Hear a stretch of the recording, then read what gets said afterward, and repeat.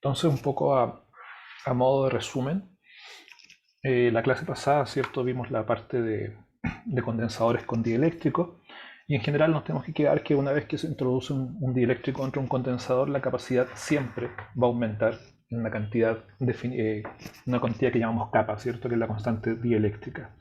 ¿Cómo aumenta esa capacidad? Bueno, en un caso, si es que el sistema del condensador está conectado a una fuente, la capacidad aumenta porque aumenta la carga, mientras que si es un sistema que está desconectado, ¿cierto? Un sistema aislado, la capacidad aumenta porque lo que disminuye es la diferencia de potencial. ¿Ya?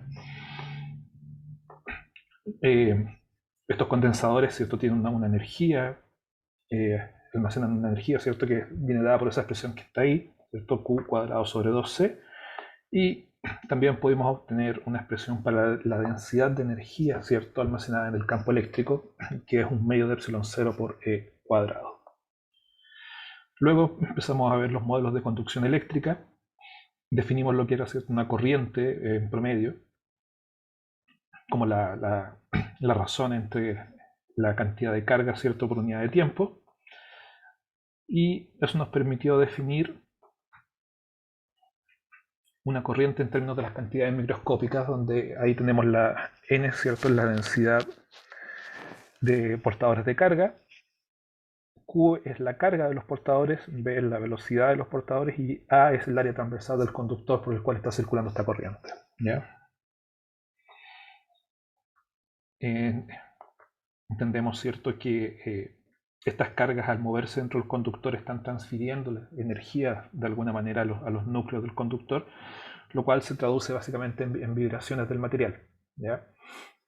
Vibraciones de los núcleos, y eso lo podemos entender como una alza en la temperatura, y al estar moviéndose estos núcleos, ¿cierto? También cambia el tamaño aparente y por lo tanto también lo podemos entender como una alza en la resistencia, ¿ya? Lo que conocemos como el efecto Joule. Luego definimos lo que era una densidad de corriente, simplemente dividiendo por el área, y nos permitió encontrar esta expresión que la vamos a usar justamente en los cálculos de resistencia. ¿Ya?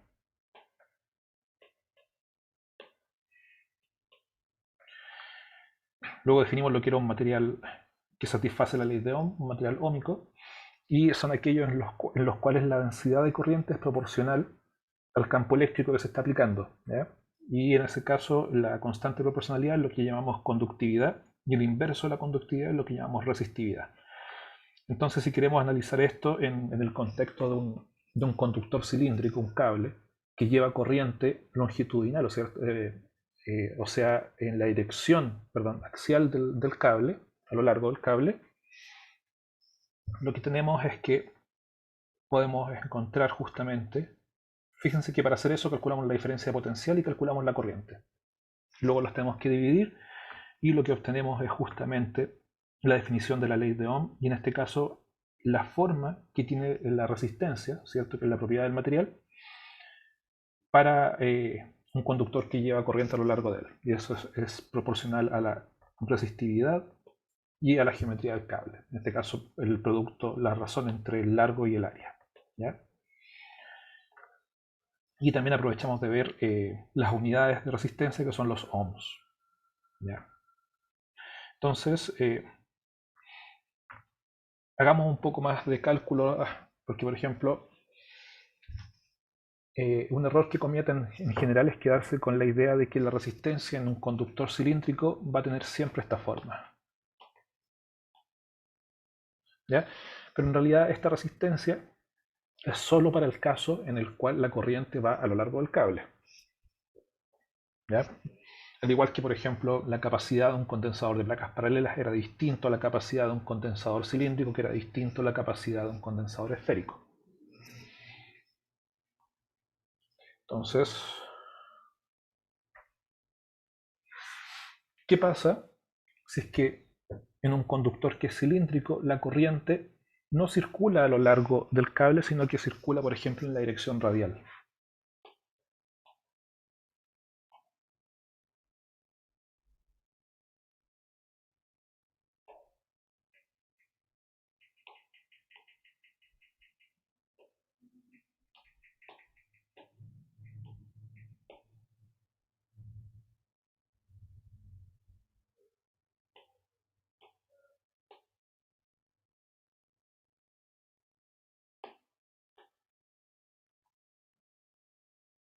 Entonces, por ejemplo, si ahí conectamos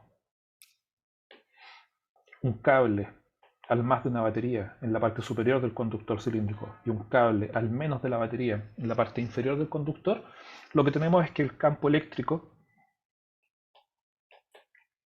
va a ser de esa forma. Y como es el campo eléctrico el que acelera las cargas, vamos a tener una corriente que va a lo largo del conductor, que sería el caso que vimos al final de la clase anterior. Pero ¿qué pasa si es que lo conectamos de otra manera? Por ejemplo, si tenemos otra superficie interna,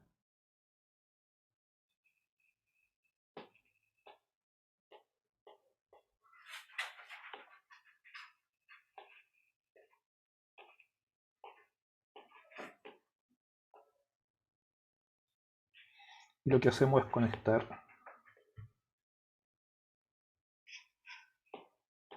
los cables de la batería o de la fuente de poder, lo que ustedes estén usando para alimentar esto, de esta forma.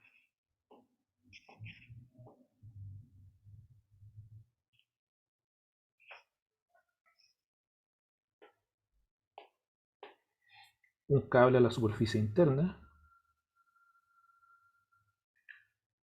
y otro cable a la superficie externa.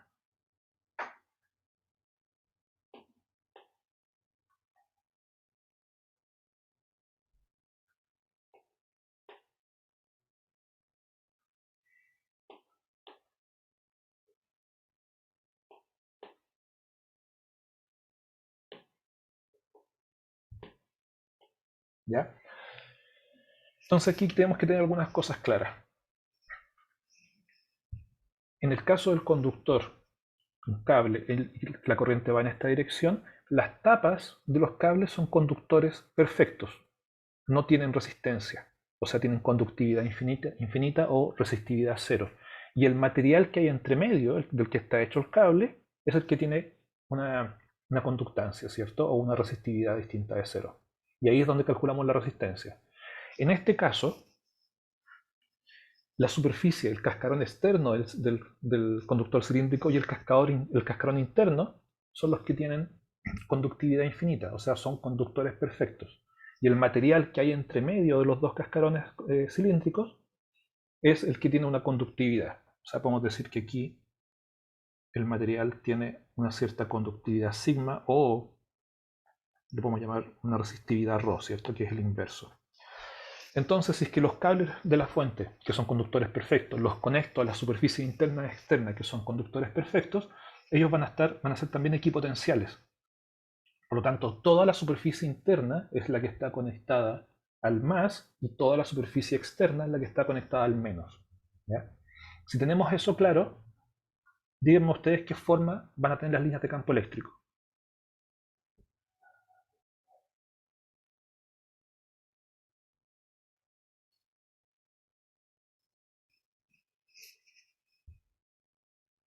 Radiales en las coordenadas cilíndricas, ¿cierto?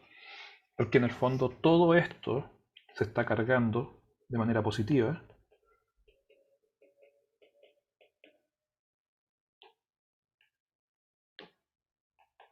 mientras que toda la parte externa, todo el cascarón se está cargando de manera negativa. ¿Ya? Entonces, si tenemos que dibujar las líneas de campo eléctrico,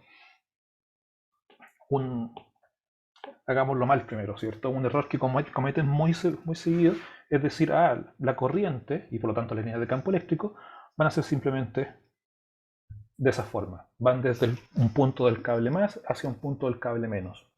¿Ya? Y ahí están haciendo caso omiso del hecho de que en realidad es toda la superficie la que está cargada el potencial de la conexión positiva de la fuente. Entonces en realidad lo que tenemos es que las líneas de campo van a salir de todo el conductor en la dirección radial hacia afuera. Si logran visualizar bien cuál es la forma de las líneas de campo eléctrico, como son ellas las que están acelerando las cargas, entonces van a poder entender cuál es la forma, la dirección que va a tener la corriente. En este caso tenemos una simetría cilíndrica, pero la corriente ya no va a lo largo del cilindro, sino que la corriente va en la dirección radial de las coordenadas cilíndricas. Entonces aquí abajo vamos a ver algo así.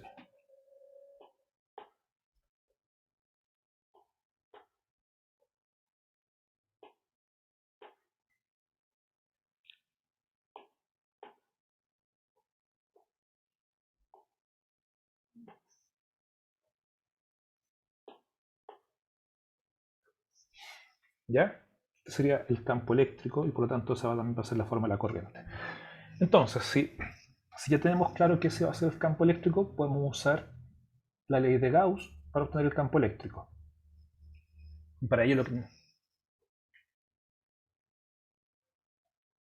la forma del campo eléctrico es exactamente la misma, efectivamente, que la de un condensador cilíndrico. ¿Ya? Solamente que en el caso del condensador cilíndrico nos quedamos con el cálculo de la diferencia potencial. Y esa diferencia potencial la expresamos en términos de la carga del condensador y luego calculamos el cociente, ¿cierto? Q sobre delta V y tenemos la capacitancia. Acá tenemos que ir un poco más allá porque tenemos que calcular también la corriente. ¿Ya? Entonces, al igual que lo hicimos en ese caso, para el caso del condensador cilíndrico, tenemos que calcular primero el campo eléctrico y para eso usamos la ley de Gauss. De nada. Para eso usamos la ley de Gauss.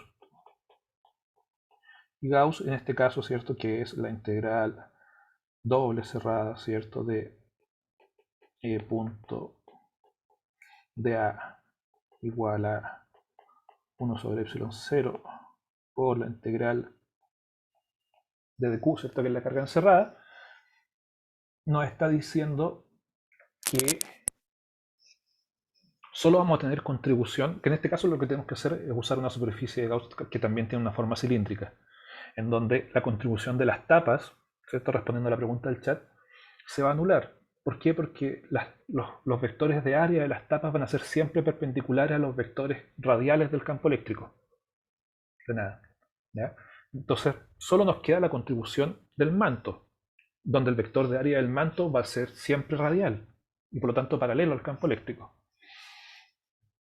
Entonces, si nos saltamos ese cálculo, que ya lo hemos hecho varias veces, lo que obtenemos es que el lado izquierdo de la ley de Gauss nos va a quedar algo así como E por el área solamente del manto. Y en este caso el área del manto, digamos que esto tiene una altura h. Y tiene un radio interno R1 y un radio externo R2. Ya no voy a dibujar más flechas ahí para no ensuciar más el dibujo. Entonces, para un radio R minúscula que se encuentra entre R1 y R2, el área de ese manto cilíndrico va a ser 2pi R minúscula, ¿cierto? Entre los dos radios internos y externos del conductor cilíndrico, multiplicado por la altura, h. Y esto tendrá que ser igual a 1 sobre epsilon 0 por el área que está encerrando esta superficie de Gauss. Perdón, la carga que está encerrando esta superficie de Gauss. De nuevo tenemos que, al igual que en el caso de los condensadores, suponemos, ok, el radio externo es mucho mayor que el radio interno, entonces la parte interna lo podemos considerar simplemente como un alambre, y si es un alambre tenemos una densidad de carga lineal, lambda. Entonces lo que nos queda aquí es que esto es lambda por h.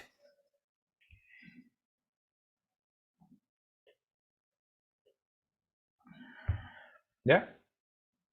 Y de ahí para adelante, esto lo podemos escribir de varias formas, lo podemos escribir en términos de epsilon 0, en términos de k. Por supuesto, las alturas se simplifican. Me gusta dejarlo escrito de esta forma. Igual a 2k lambda sobre r. ¿Ya? Y aquí traten ustedes de ser ordenados con la nomenclatura. Por ejemplo, muchas veces se equivocan o acostumbran a escribir el rho, la letra griega rho, como una P.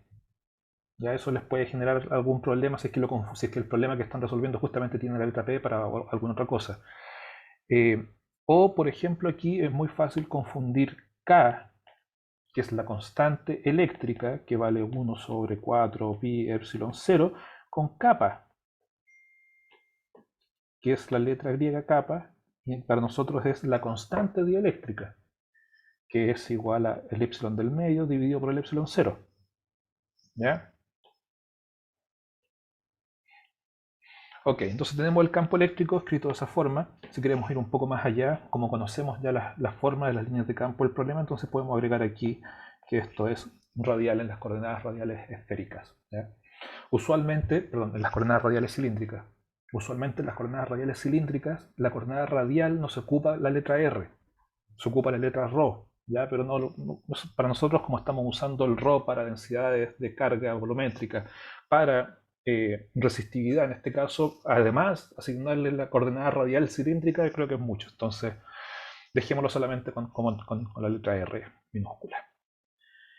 Tenemos el campo eléctrico. Siguiente paso, la diferencia potencial, ¿cierto? Entre un punto en la superficie interna que está en radio 1 y la superficie externa que está en radio 2. Entonces, delta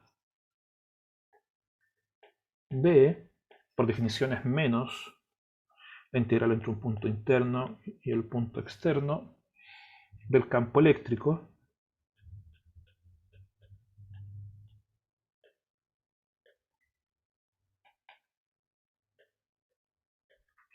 cierto punto el diferencial de línea. Y el diferencial de línea va a ser una trayectoria que va desde el punto interno hasta un punto externo. O sea, algo que parte por aquí y se va para allá. ¿Ya? O sea, esto es un R tongo dr. Luego el R.R nos da 1, son paralelos, es algo que tenía que esperarse. El 2k lambda sale de la integral, son constantes y nos queda solamente la integral de 1 sobre r, nos vuelve a aparecer el logaritmo. Entonces, este delta b queda menos 2k lambda por el logaritmo natural de r cuadrado de r2 sobre r1. ¿Ya?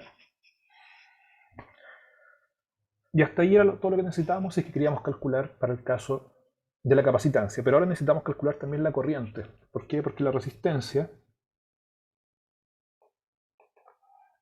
es la diferencia de potencial sobre la corriente. ¿Ya? Entonces, en este caso, aquí tenemos que usar justamente la ley de Ohm microscópica.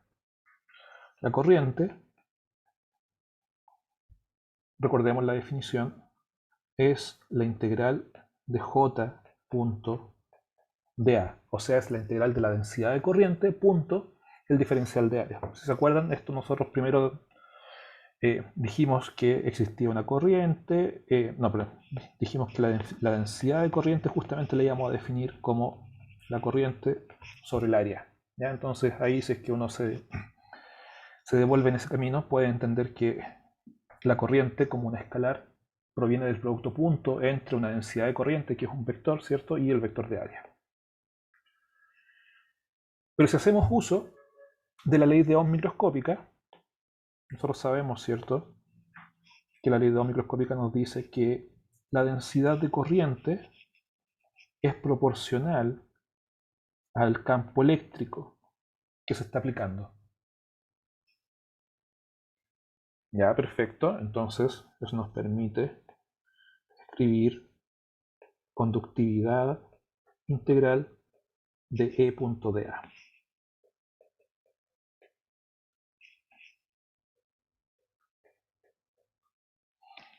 De hecho, podemos ir un poco más allá, porque esa integral de E.dA nosotros sabemos lo que es.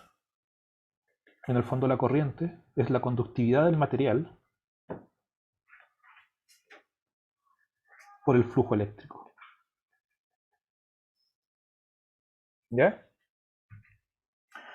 Ok, entonces si reemplazamos, nos queda que la corriente es igual a la conductividad por la integral del campo eléctrico, ya lo tenemos, está ahí arriba.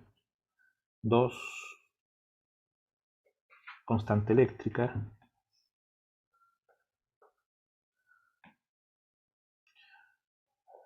lambda sobre R en la dirección radial, punto diferencial de área. El diferencial de área también está en la dirección radial y ¿Cómo escribirían ustedes el diferencial de área de el cilindro?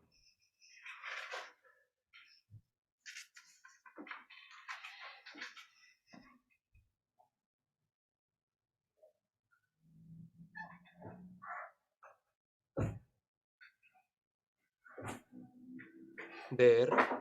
En el fondo es escribir el área del manto del cilindro. Si nosotros le hacemos un corte y lo abrimos, lo que nos queda es un rectángulo. Y en la base, claro, ¿cierto? Entonces tiene que ser algo así como un R. Aquí en lo que estoy en el chat ya está resuelta la parte de la integral radial, pero escribámoslo completo nosotros, ¿cierto? De teta. Y ese R de teta, en el fondo nos va a dar el perímetro del círculo, que sería la base del rectángulo, y necesitamos multiplicar por la altura.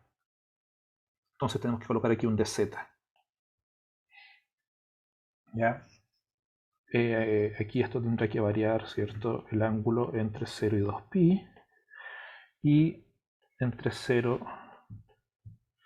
y la altura del cilindro varía la coordenada z. ¿Ya? Entonces fíjense lo que pasa acá. Bueno, de nuevo el r.r nos da 1. El retongo.retongo. Pero estos r de acá se nos simplifican. Y al integrar, esto se va a 2pi y eso se va a h. Entonces nos queda que la corriente, en términos de los parámetros del problema, se puede escribir como la conductividad por 2k veces lambda por 2pi por h.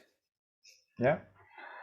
Y aquí ya estamos casi listos porque entonces ahora decimos, ok, la resistencia es igual a módulo de la diferencia de potencial sobre la corriente. Y el módulo de la diferencia potencial es 2k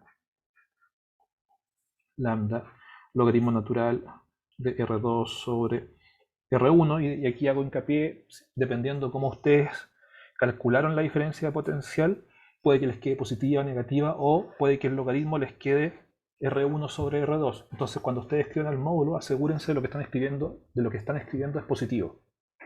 Con otras palabras, de que el argumento del logaritmo sea mayor que 1, porque si es que es menor que 1, esa cantidad es negativa. ¿Ya? En este caso, R2 es mayor que R1, así que ese argumento es mayor que 1, por lo tanto ese logaritmo es positivo y está bien escrito de esa forma. Y luego escribimos la corriente recién calculada y era sigma por 2k lambda por 2pi h. Se nos simplifica eso.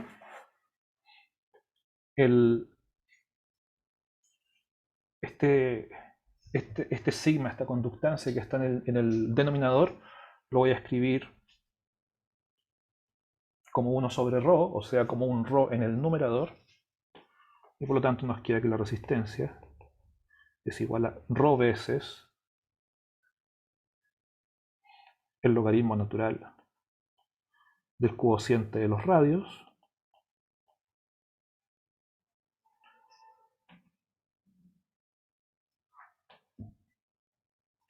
dividido por 2pi h. Entonces, de nuevo, la resistencia solo depende de la geometría del problema, en este caso del logaritmo del cociente de los radios dividido por 2pi veces la altura del cilindro y multiplicado por la propiedad del material, que en este caso es la resistividad.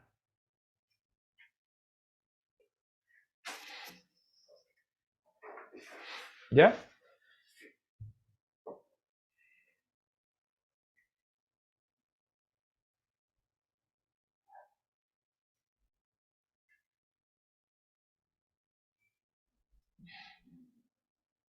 ¿Alguna duda?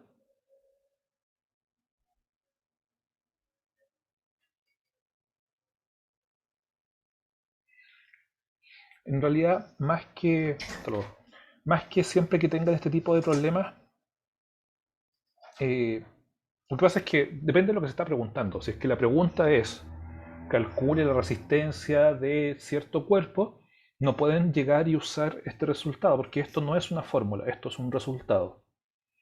La resistencia, este número, esta fórmula que obtuvimos acá, esta expresión que obtuvimos acá, ¿cierto? Es el resultado de aplicar la ley de Ohm a un conductor cilíndrico en el cual la corriente tiene forma radial, ¿ya? Entonces, si es que lo que la pregunta le está pidiendo es obtener esa expresión, tienen que obtenerla, ¿ya? Recuerden que lo único que pueden dar por hecho son las expresiones que salen en el formulario. Si es que no están escritas en el formulario, tienen que calcularlas, ¿ya? Y eso va para las integrales y justamente para este tipo de resultados. Sí, claro. El diferencial de área, es que mira, pensemos, lo que tenemos, ¿cierto? Es un cilindro de un tubo de confort, por ejemplo, o un tubo de toalla nova, ¿ya? Si queremos calcular el área desde un punto de vista diferencial de ese tubo, tenemos que separarlo en tres, porque no es una figura muy regular en ese sentido. Tenemos que calcular el área del manto, el área de una tapa y el área de la otra tapa, ¿ya? Entonces la área de las tapas es sencilla calcular, pero afortunadamente para nuestro cálculo no contribuían porque hay un producto punto de por medio. Era el producto punto entre el campo eléctrico, ¿cierto? Y los vectores de área. Y como los vectores de área, no tengo ningún cilindro acá, los vectores de área ya de los cilindros, de las tapas de los cilindros, uno apunta hacia abajo, el otro apunta hacia arriba y el campo era siempre radial, entonces no hay contribución de esta área ni de esta área, entonces nos preocupamos del área del manto. Y el área del manto, si este es nuestro cilindro, ¿cierto?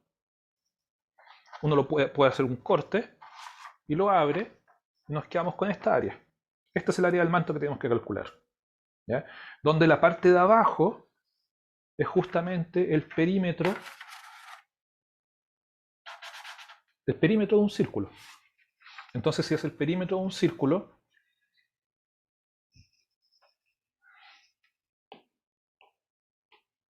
lo que queda es que esta parte de acá abajo tendrá que ser el diferencial de área que nos permita obtener el perímetro de un círculo. O sea, es el diferencial, el elemento de línea de las coordenadas polares. Y esto es pi, es r de teta, ¿ya? Mientras que la otra parte de acá no es más que la altura del cilindro. Así que esto es h. ¿Ya? Entonces nuestro elemento de área tendrá que ser r de teta de z. En realidad aquí esto tendría que haberlo hecho por una altura genérica, ¿cierto? De z. ¿Queda más claro, Gabriel?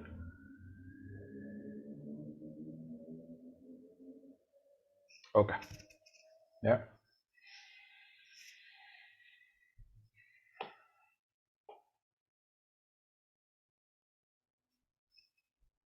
Al igual que en el caso de los condensadores, de nada. Al igual que en el caso de los condensadores, también se puede calcular la resistencia, la resistividad de dos cascarones esféricos perfectos, en donde el espacio entre estos dos cascarones esféricos perfectos está lleno de un material con una cierta conductividad, ¿ya? Para poder seguir avanzando en la memoria, para poder seguir avanzando en la materia, les dejo ese ejercicio para que lo hagan ustedes, pero tienen que básicamente repetir el cálculo del campo eléctrico que usamos para el condensador esférico, repetir el caso del campo eléctrico, de la diferencia potencial también que usamos en ese caso, y lo único nuevo que tienen que hacer es calcular la corriente, o sea, hacer este último cálculo de acá. Decir que la corriente es igual al J punto de A, pero como el material respeta la ley de Ohm, eso lo asumimos, ¿cierto? El enunciado lo dice, entonces eso nos permite cambiar el J por un sigma E. Y si cambiamos el J por un sigma E, ya estamos listos porque tenemos que integrar ahora el campo eléctrico en el diferencial de área, multiplicado por el diferencial de área, ¿ya? Si se fijan, son dos cálculos que hay que integrar al campo eléctrico. Porque primero calculamos el campo eléctrico por un diferencial de línea, que es el caso de la diferencia potencial, y después calculamos el campo eléctrico por un diferencial de área, que es el caso del flujo, ¿ya? ¿no? Y ese último nos da la corriente.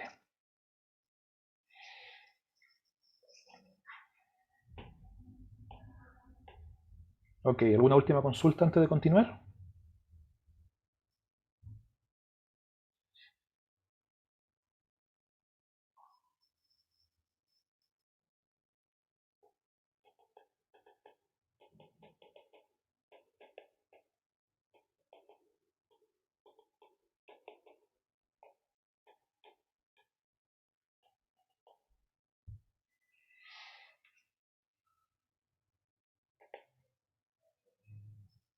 Ok. Entonces, resistencia en serie en paralelo. ¿Ya? De nuevo, para ir ganando tiempo, no voy a entrar en la demostración de cómo es que vamos a llegar a estos resultados. Ya lo hicimos. Lo hicimos para el caso de los condensadores en serie en paralelo.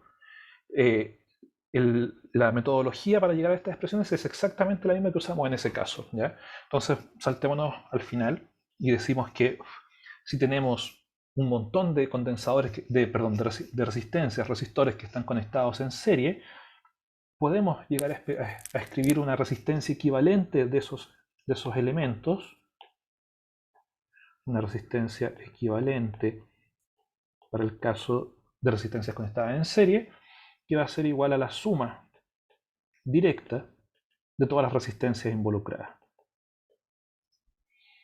¿Ya?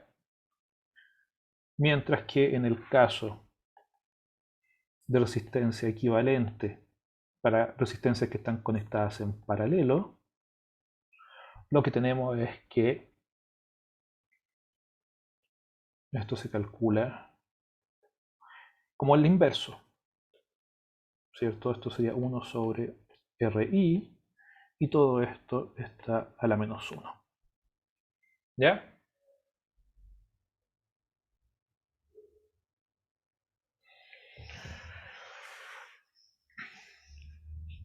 Benjamín, te lo respondo de esta forma. Kirchhoff no está dentro de los contenidos del certamen, ¿ya?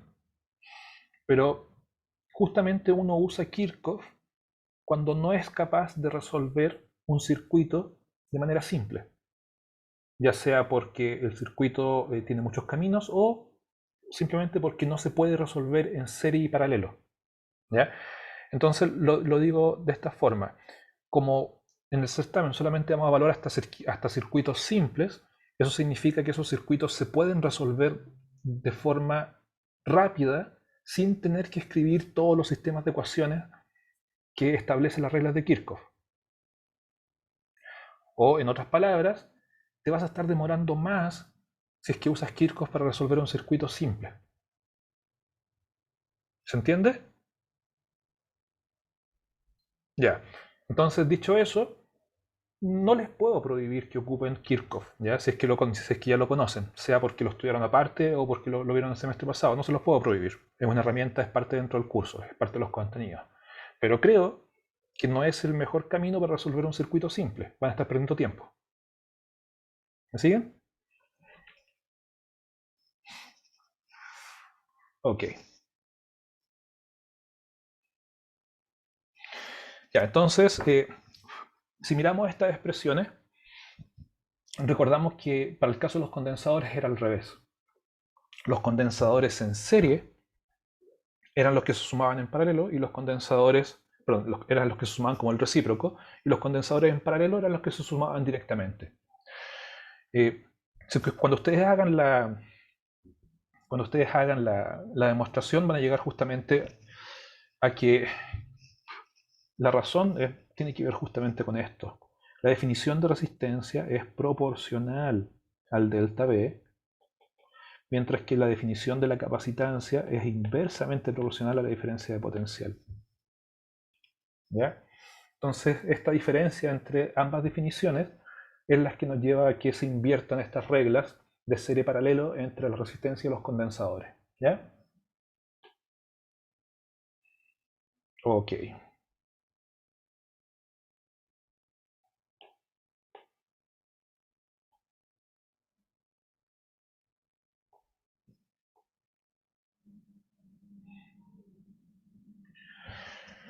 ¿Qué es lo que se entiende por un circuito simple?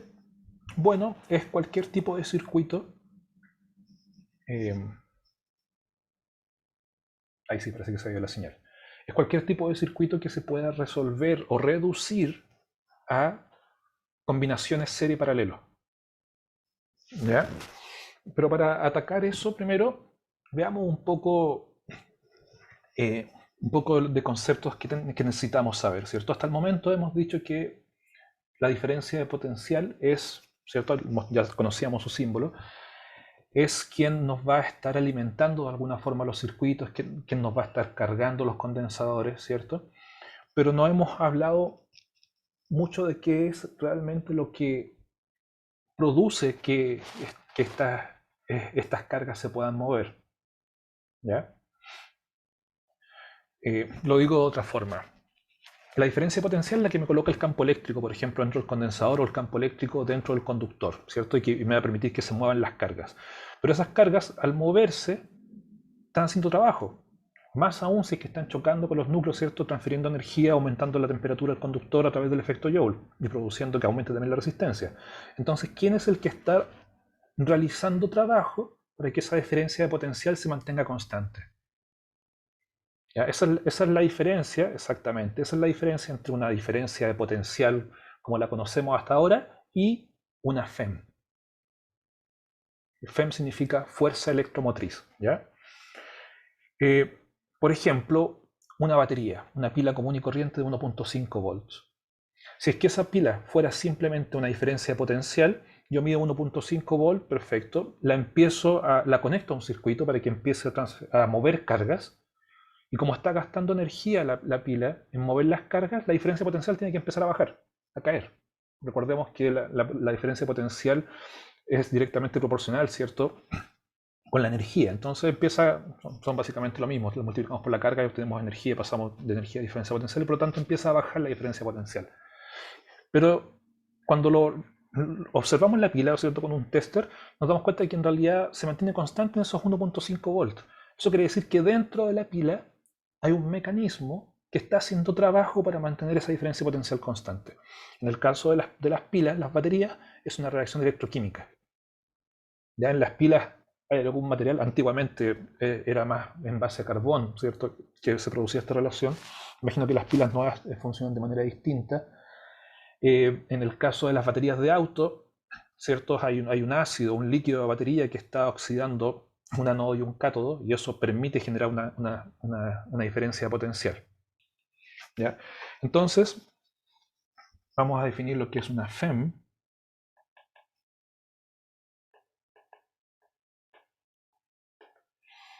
Como una fuerza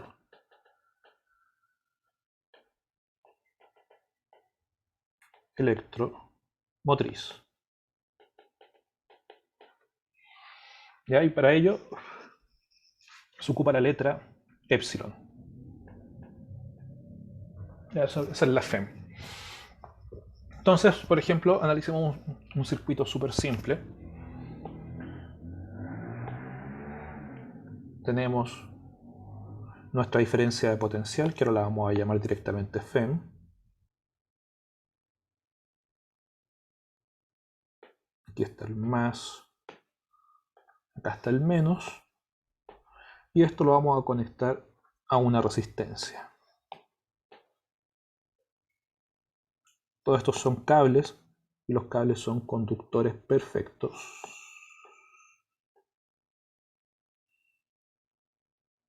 La resistencia, no me quedó muy bien, se simbolizan los circuitos a través del signo, el signo como un diente de sierra, ¿ya?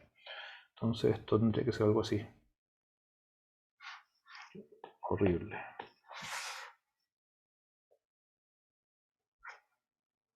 Pero ahí está mejor.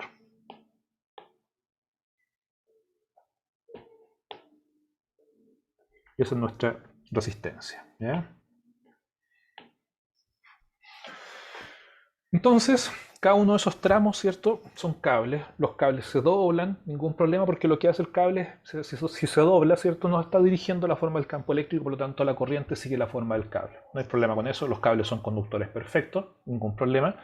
Pero cuando llegan a la resistencia no es un conductor perfecto, es un material que tiene una conductividad o una resistividad, y por lo tanto ahí cambia un poco la cosa, ¿ya? Pero luego de eso las cargas salen de la FEM, ¿cierto? Avanzan el cable, llegan a la corriente, a la resistencia, les cuesta un poco pasar, pero logran pasar, siguen por el cable y llegan a la placa negativa, ¿ya? Entonces, vamos a de nuevo a asumir que nuestros portadores de carga son positivos. Entonces, si tenemos una carga positiva aquí, esa carga sigue el camino, ¿cierto? Pasa por aquí, llega acá, y luego de alguna forma, dentro de esta batería, de esta FEM, alguien hace trabajo y toma la carga desde la placa negativa y la lleva la carga a la placa positiva. ¿Ya? Esto sería la corriente, el movimiento de las cargas. Veámoslo ahora en términos del campo eléctrico. ¿Ya? Lo que estamos haciendo es que la placa positiva está conectada a un cable y por lo tanto se proyecta un campo eléctrico dentro del conductor que apunta en la dirección para allá, ¿cierto? Que es justamente la dirección que se mueve la carga. Entonces, también esta dirección es la del campo eléctrico.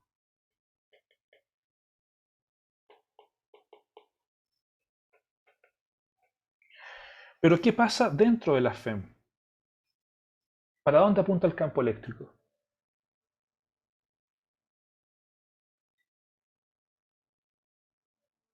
¿En contra de la corriente? Tiene que ir de más a menos siempre, ¿cierto? Por lo tanto va a ir en contra de la corriente. Aquí adentro el campo eléctrico apunta en esa dirección. Entonces ahí queda súper claro que algo tiene que tomar la carga y llevarla en contra del campo eléctrico.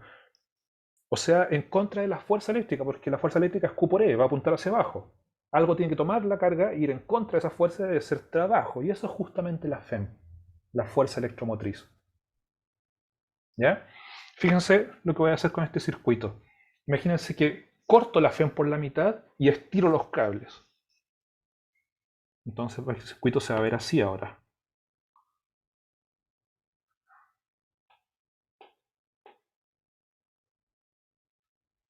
Aquí está la placa positiva de la FEM.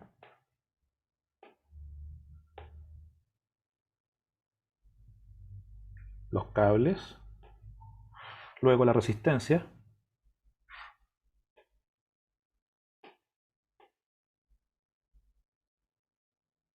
Y luego la placa negativa. Y está el menos.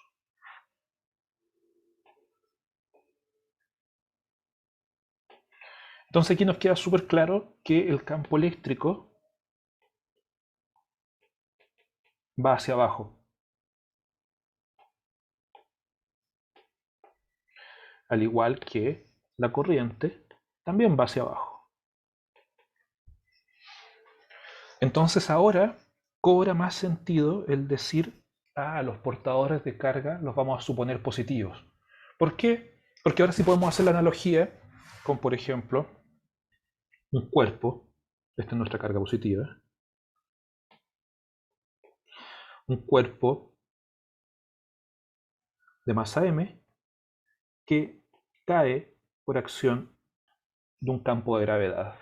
Cae desde algún punto superior, ¿cierto?, hasta algún punto inferior, en donde se está definiendo que ese punto inferior está a energía potencial cero.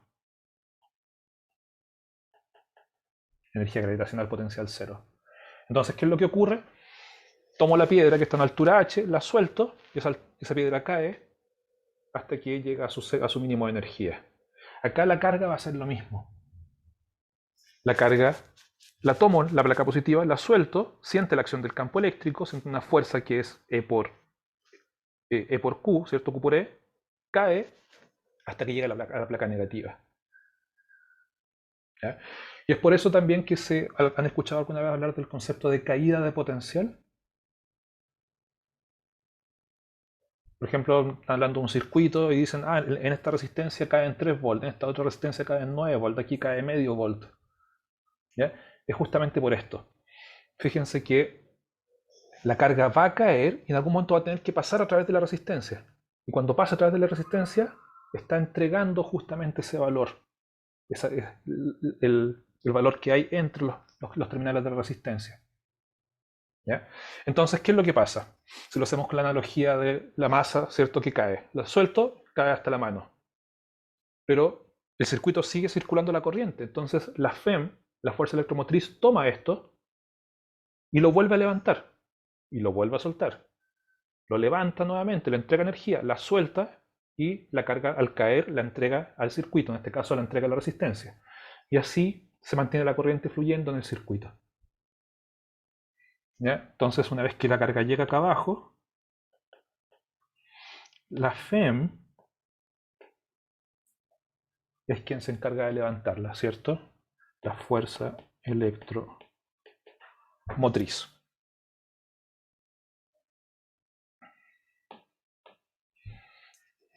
¿Quedan un poco más claros los conceptos?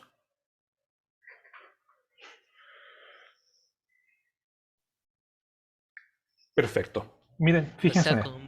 ¿Sí?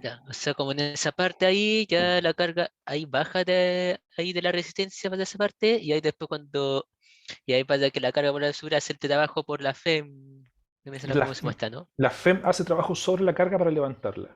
Piensa Es, que, ya. piensa que en este caso mi mano es la FEM. Entonces, lo voy a hacer con otra cosa por si se cae. ¿Cierto? Aquí tengo la carga, está sin energía, la FEM toma, la levanta, le da energía, la suelta. El campo eléctrico la hace caer nuevamente. La FEM la toma, le entrega energía y la suelta. Y en esta analogía, la energía se la está entregando al aire, porque la carga al caer, ¿cierto?, se mueve a través de un fluido viscoso y tiene resistencia viscosa, por lo tanto le está perdiendo energía al caer, ¿cierto? Y esa energía se la entrega al aire. En el caso del circuito, esa energía se la entrega a la resistencia. Y la resistencia la disipa por medio de calor, a través del efecto Joule. ¿Ya? Ya. Súper. ¿Qué vendría faltando? Fíjense, volvemos aquí al circuito, cuando las cargas, cuando la corriente se va acercando a la resistencia se opone al paso de la corriente. Ya sabemos por qué, ¿cierto? Porque los núcleos del material vibran y por lo tanto a la corriente le cuesta más pasar. Entonces uno puede pensar, ok, si la corriente va de arriba hacia abajo en la resistencia, entonces a la entrada va a ocurrir una acumulación de corriente, una acumulación de cargas y por lo tanto ese extremo se polariza de manera positiva, mientras que el otro extremo se polariza de manera negativa. ¿Ya? Entonces, ¿qué es lo que entendemos con eso? Que es cuando estemos analizando circuitos y queramos colocar los signos en cada uno de los elementos del circuito, es la corriente la que polariza los elementos del circuito. ¿Ya? Eso es por una parte. Y lo otro, fíjense, esto es un circuito cerrado, ¿cierto? Entonces, si tomo una carga, una sola carga, desde ese punto, lo voy a llamar A. Tomo esa carga, Q, y la muevo a lo largo del cable, el cable es un equipotencial perfecto, no pasa nada. Luego bajo y quiero pasar a través de la resistencia. Tengo que hacer un cierto trabajo, ¿cierto? Pero fíjense, voy a moverme hacia abajo y el campo eléctrico apunta hacia abajo. Entonces, si quiero calcular el trabajo, eso va a ser proporcional al E.dl, ¿cierto? Digámoslo así, trabajo total desde el punto A. Partimos del punto A, no pasa nada porque nos movemos a través de un equipotencial, 0. Llegamos a la resistencia, entonces esto tendrá que ser proporcional a una integral de f.dl, donde F es la fuerza eléctrica, ¿cierto? Y aquí voy a colocar resistencia. Perfecto, nos seguimos moviendo por los cables son equipotenciales, no hay diferencia de potencial dentro de un cable, ¿ya? Y por lo tanto no hay contribución al trabajo, 0. Llegamos a la FEM, el campo apunta hacia abajo, pero nosotros queremos ir hacia arriba. Entonces ahora va a salir un signo negativo, ¿cierto? Cuando queramos calcular el trabajo en la FEM. F.dl. de L. ¿Ya? En otras palabras, este trabajo total, si es que yo escribo ahora, fíjense, no voy a resolver estas integrales, es solamente para que entiendan lo del signo. Esto va a ser igual a la caída de potencial en la resistencia menos la caída de potencial en la FEM. ¿Por qué menos? Porque el F.dl en la FEM es negativo, porque el camino va hacia arriba, el campo eléctrico apunta hacia abajo. Pero en la resistencia, el camino va hacia abajo y el campo eléctrico va hacia abajo. Entonces, la caída de potencial de la resistencia es positiva. ¿Ya? ¿Cuánto vale la caída de potencial en la resistencia?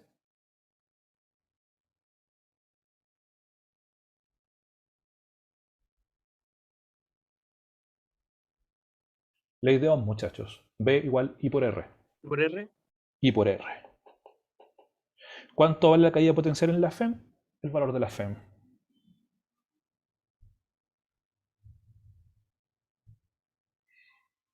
Esto sería el trabajo total si es que multiplicamos aquí por un Q.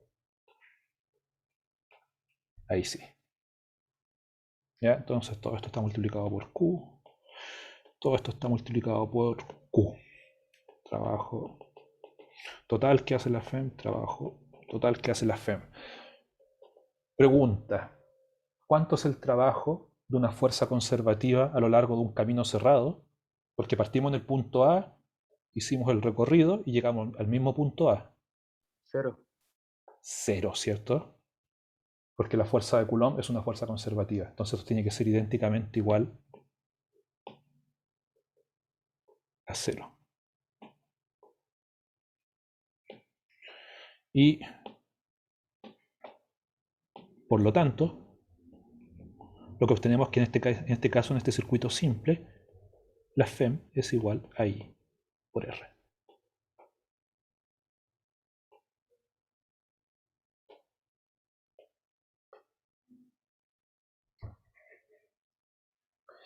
Este análisis para este circuito muy simple en términos de los trabajos que está realizando la resistencia y los trabajos que está realizando la FEM dentro de un circuito con un camino cerrado, es lo que después, la próxima clase, nos va a llevar a establecer lo que son las reglas de Kirchhoff, que hablaba su compañero hace un rato en el chat. ¿Ya? Las reglas de Kirchhoff nos van a permitir resolver circuitos mucho más complejos que estos, porque es un conjunto de reglas que nos va a decir cómo colocar los signos en los circuitos. ¿Ya? Los signos de las caídas de potencial. Pero ustedes ya saben analizar esos signos solamente analizando en términos de cómo es el producto punto entre el campo eléctrico y entre el camino por el cual estamos recorriendo el circuito. Me acabo de dar cuenta que en realidad ese Q está de más. Lo que tenemos escrito ahí es la fuerza.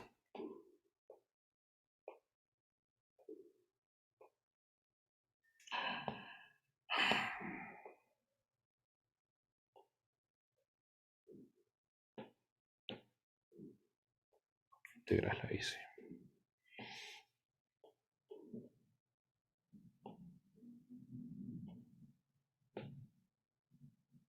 Ahí sí. Eso sí es trabajo. Abajo necesitábamos el Q porque habíamos escrito solamente la diferencia potencial. ¿Ya?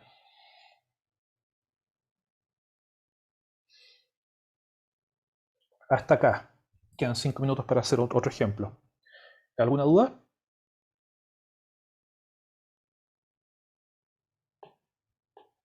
No, profe.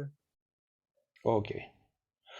Entonces, circuito simple.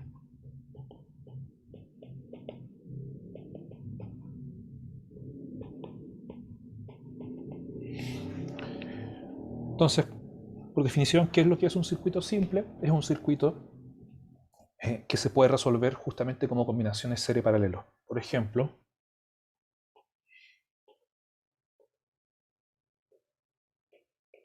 voy a dibujarlo a la rápida para no perder tiempo ya. Un R2, esto se cierra acá, y aquí tenemos otra resistencia. R3, ¿ya? Esto es más, menos, aquí está nuestra FEM.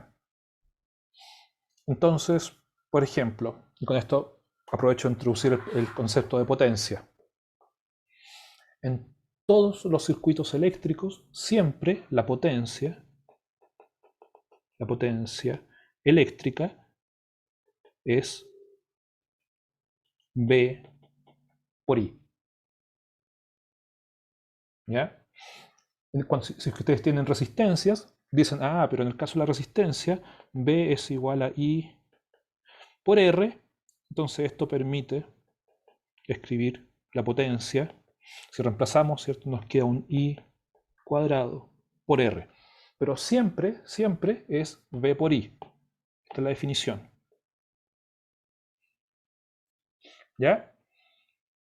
Entonces, si yo les pregunto, ¿cuánto es la potencia que está entregando la FEM en ese circuito con 3 resistencias? ¿Qué es lo que hay que hacer?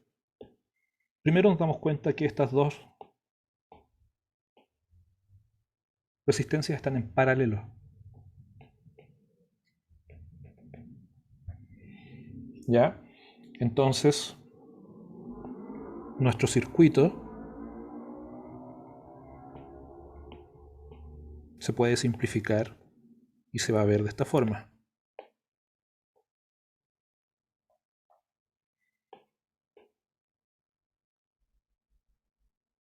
Donde esto ya no es R2, sino que es un R equivalente paralelo, y en este caso es 1 sobre R2 más 1 sobre R3 a la menos 1. O sea, esto es R2, R3 sobre R2 más R3. ¿Sí? Ok. Además, ahora nos damos cuenta que estos dos elementos están en serie.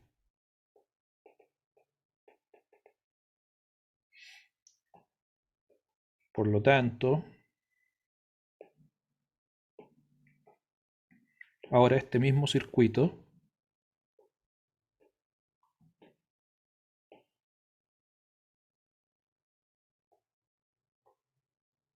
se va a ver así.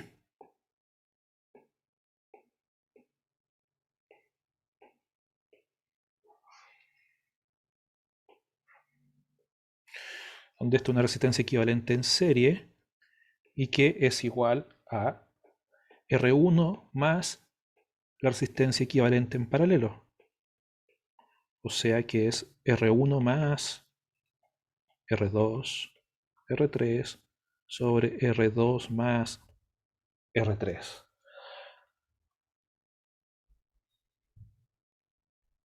Y ahora decimos, pero si es que esto es así, entonces la energía que está inyectando la FEM tiene que ser igual a la energía que está disipando esta resistencia equivalente total, y por lo tanto no me queda otra opción que la caída de potencial de la FEM sea igual a la caída de potencial de esta resistencia equivalente, que es lo que obtuvimos como resultado acá.